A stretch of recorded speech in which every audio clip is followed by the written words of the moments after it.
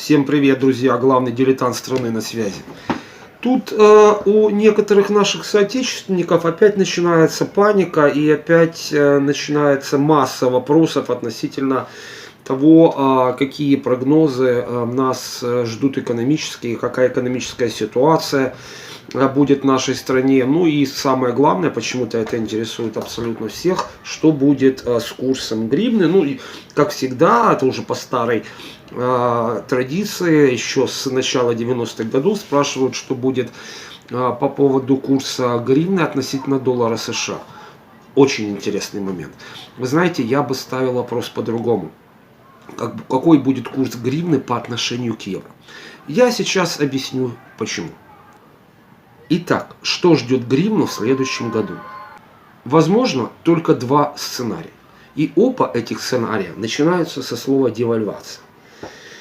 Итак, первый сценарий – это девальвация мягкая, когда курс дойдет где-то за 1 доллар до 30 гривен.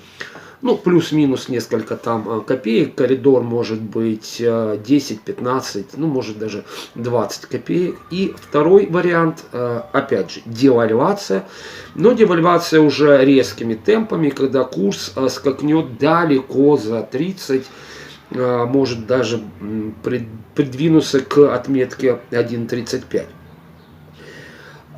Самое интересное, что тут не все зависит от украинской экономики как таковой.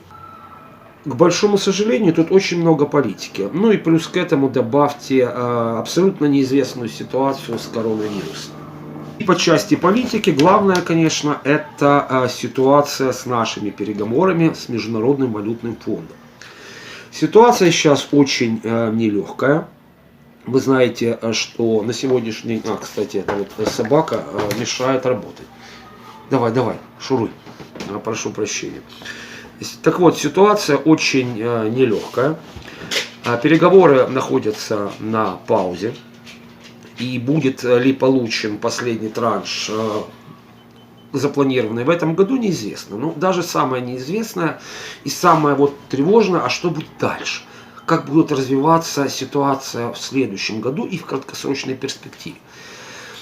Смотрите, какая штука. У нас дефицит госбюджета около 300 миллиардов гривен. Там от 270 его там нарисовали и выше.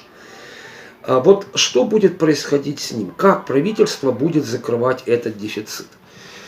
Одно дело, если на украинские активы, в частности долговые бумаги, будет спрос у нерезидентов. Ну, тогда более-менее мы получаем вот тот первый сценарий с незначительной девальвацией, который я упомянул чуть ранее. Если интереса со стороны нерезидентов не будет, то тут мы можем получить сценарий другой. В чем вот это вот механизм какой вот особенности? Ну вот смотрите, самое главное, чтобы госдолг не был монетизирован. То есть, другими словами, чтобы Национальный банк не включил печатный станок, то есть не производил эмиссию под финансирование дефицита.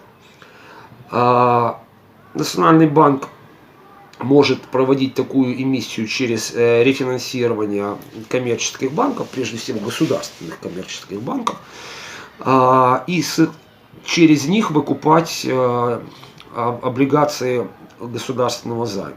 Это и называется монетизация госдолга. Кстати, МВФ категорически против такой монетизации, разумно приводя в пример недавний опыт 2014 года, когда, вот помните, гривна обесценилась фактически сразу в 3 раза, и очень многие тогда объясняли это войной с Российской Федерацией, последствиями Майдана, общей нестабильностью, аннексию Крыма. Да, это все так. Но плюс к этому еще произошла монетизация госдолга, и облигации внутреннего государственного займа в невероятной пропорции оказались в портфеле НБУ. Почему я говорил о том, что не все зависит от украинской экономики? Сейчас мы наблюдаем огромную турбулентность на мировых рынках. Финансовых, товарных, сырьевых, на всех. Очень многие инвесторы институциональные сейчас как бы боятся всего. Боятся делать новые инвестиции, потому что очень велики риски. Кроме того, весь финансовый и инвестиционный мир ждет принятия так называемого второго пакета финансовой помощи в Соединенных Штатах. Произойдет это, конечно, уже после выборов президента в Соединенные Штаты. Ну и тогда с помощью фискальных инструментов в экономику США будет влита сумма, вот самая минимальная, это по оценкам 2 триллиона долларов. Думайтесь, 2 триллиона долларов это минимум. Для сравнения, кто не знает, посмотрите, что украинский бюджет там 50 с небольшим миллиардов. Да?